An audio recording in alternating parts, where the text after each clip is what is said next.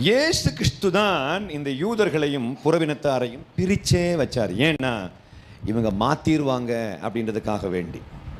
ஆனால் இன்னைக்கு காலையில் இதை பார்த்தோம் இல்லையா? ஆனால் ரொம்ப பேர் இன்னைக்கு காலையில் வரல. அதுக்காக வேண்டி அதை ஒரு சின்ன ஒரு இன்ட்ரோ நான் உங்களுக்கு சொல்கிறேன். கடவுள் இஸ்ரவேல் மக்களை மற்றவங்க கூட சேரக்கூடாதுன்னு சொன்னார். குறிப்பாக அவங்கள கல்யாணமே பண்ணக்கூடாதுன்னு சொன்னார். அவங்கள கல்யாணம் பண்ணக்கூடாது அப்படின்னு சொன்னார். அந்த வசனத்தை நீங்கள் வாசிக்கலாம். உபாகமம் 7ஆம் அதிகாரத்தினுடைய 3-4.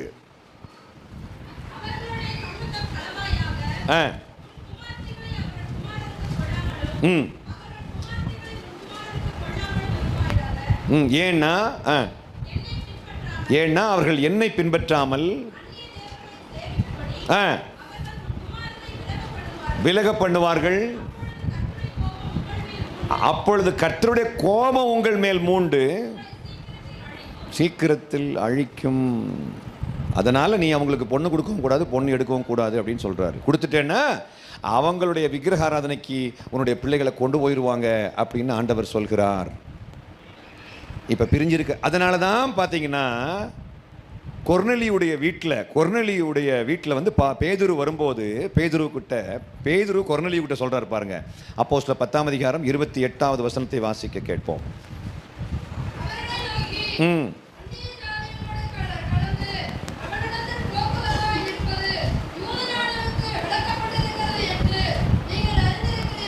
போதும் பாருங்க. இது யாருடைய வீட்டில் நடக்கிற சம்பவம்? கொர்நேலியுடைய வீட்டில் நடக்கிற சம்பவம். கொர்நேலியு யாரு? யூதரா இல்லை புறவினத்தாரா அப்படின்னா யூதர் அல்லாதவர். இன்னும் சொல்ல போனால் ரோமன் சிட்டிசன். அவர் 100க்கு அதிபதி. இஸ்ரவேலர்களை அடக்கி ஆண்டு கொண்டிருந்த. இப்போ எப்படி நம்மளை வந்து வெள்ளைக்காரங்க ஆண்டுகிட்டு இருந்தாங்களோ அதே மாதிரி யூதர்களை, இஸ்ரவேலை அன்றைக்கு ஆண்டு கொண்டிருந்தது யாரு? ரோமர்கள். அந்த ரோமரில் ஒரு படை தளபதிக்கு பேர் தான் என்ன? கொர்நேலியு. அந்த கொர்நேலியுடைய வீட்டில் பேதுரு வருகிறார். வந்துட்டு அவர் சொல்றாரு, இஸ்ரவேல் மக்கள் இஸ்ரவேலர் அல்லாதவரோடு போக்குவரவாகவே இருக்கக்கூடாது, பழகவே கூடாது, சம்பந்தம் கலக்கக்கூடாது என்று கடவுள் சொல்லியிருக்கிறார். ஆனாலும் தொடர்ந்து வாசிங்க. அப்படி இருந்தும் எந்த மனுஷனையும் தீட்டு உள்ளவன் என்றும் அசுத்தன் என்றும் நான் சொல்லாதபடிக்கு தேவன் எனக்கு காண்பித்தார். வாவ்! முதல்ல பிரிஞ்சிருக்க சொன்னதும் யார் தான்? தேவன் தான். இப்போ ஒன்று சேர்க்க வர்றதும் யார் தான்? தேவன் தான். யாரும் தீட்டு உள்ளவர் கிடையாது, தீண்டத்தகாதவர் என்று யாரும் கிடையாது. இப்போ எல்லாரும் ஒன்று என்று அழகாக புதிய உடன்படிக்கையிலே பேதுரு நமக்கு அறிய தருகின்றார். இந்த 100க்கு அதிபதி ஒரு வார்த்தை சொல்வார் தெரியுமா? மத்தேயு 8ஆம் அதிகாரம் தானே, வாசிங்க. 100க்கு அதிபதி என் வீட்டுக்கு நீங்கள் வர்றதுக்கு நான் தகுதியற்றவன் சொல்வார் தெரியுமா? வாசிங்க. 8ஆம் அதிகாரத்தினுடைய எந்த வசனம்ப்பா? 8 வாசிங்க.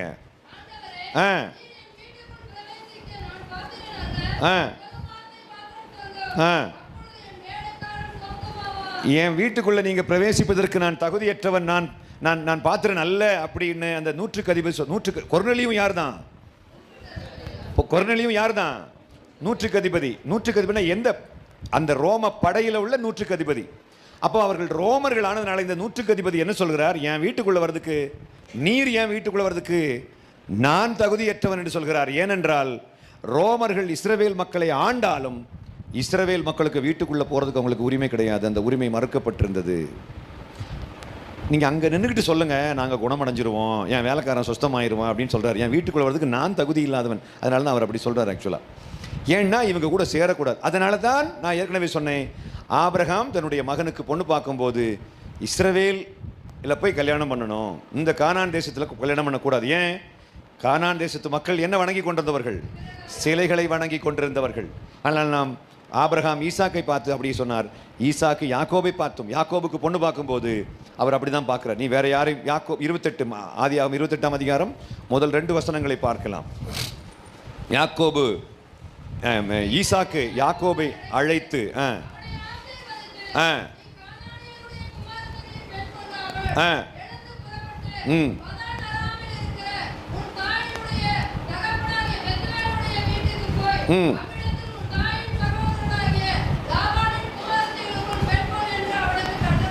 காரணம் என்ன? லாபான் வீட்டுக்கு போகணும்னு சொல்றதுக்கு காரணம் என்ன? இதுக்கு என்ன காரணம்னா நீ அந்த முதல் வருஷம் திரும்ப வாசிங்க. First verse.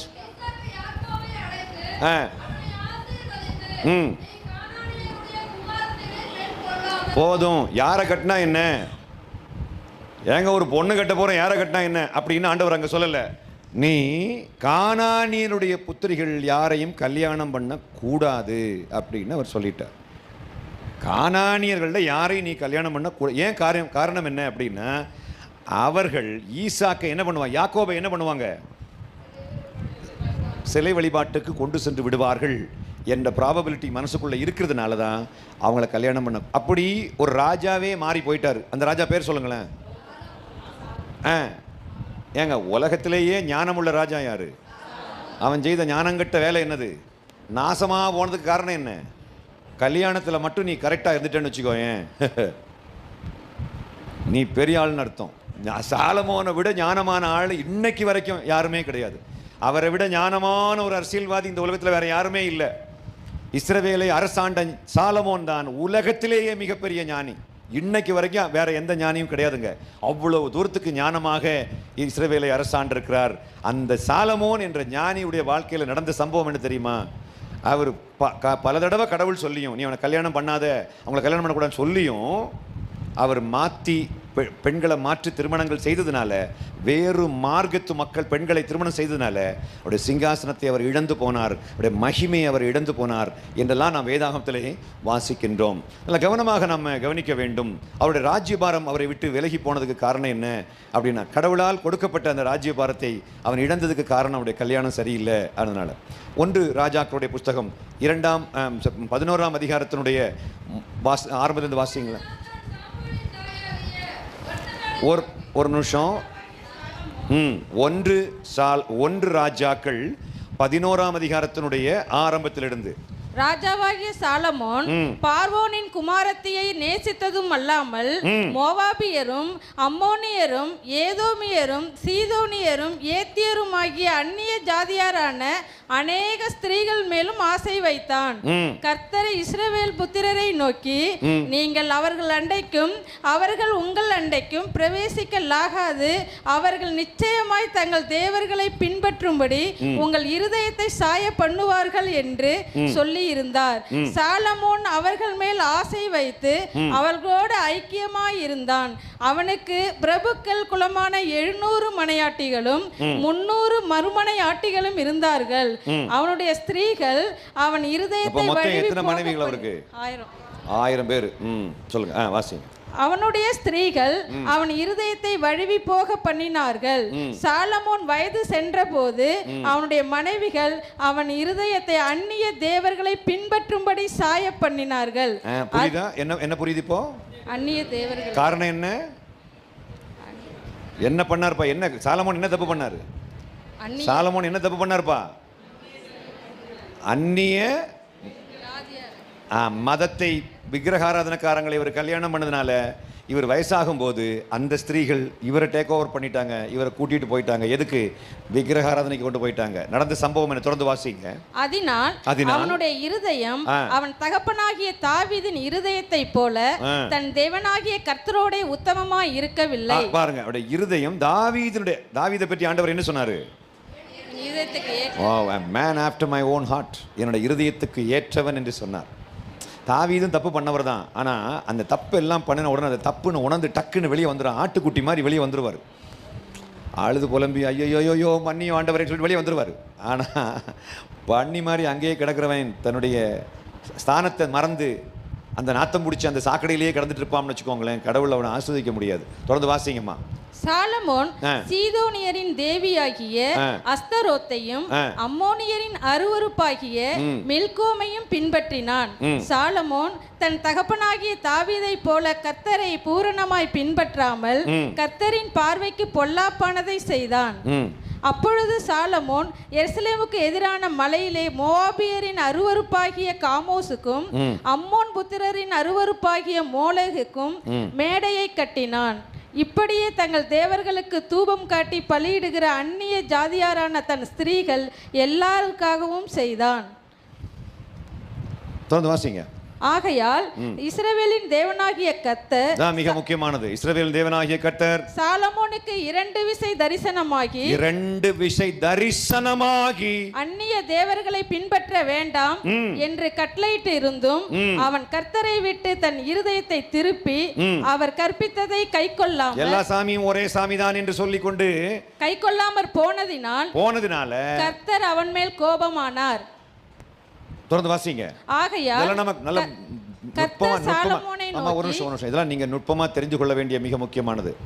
உங்க பையன் திடீர்னு சொல்லுவான், பக்கத்து வீட்டில் ஒரு இந்து பொண்ணு இருக்குதுங்க, நல்லா படிச்ச பொண்ணுங்க, பார்க்கறதுக்கு சௌந்தரியமா இருக்குதுங்க, அந்த பொண்ணு கல்யாணம் பண்ணா நல்ல வீட்டுக்கு அந்தஸ்தா இருக்குமுங்க அப்படிலாம் சொல்லிட்டு பையன் வருவான். நான் ஒரே ஒரு மிக முக்கியமான விஷயம் என்னன்னா, ஞானி சாலமோனை விடவும் உன் பையன் ஞானி கிடையாது. அவ்வளவு ஞானமுள்ள ஆளையே கவுத்து கீழே போட்டுச்சு. என்ன சம்பவம் நடந்து பாருங்க, வாசிப்பா.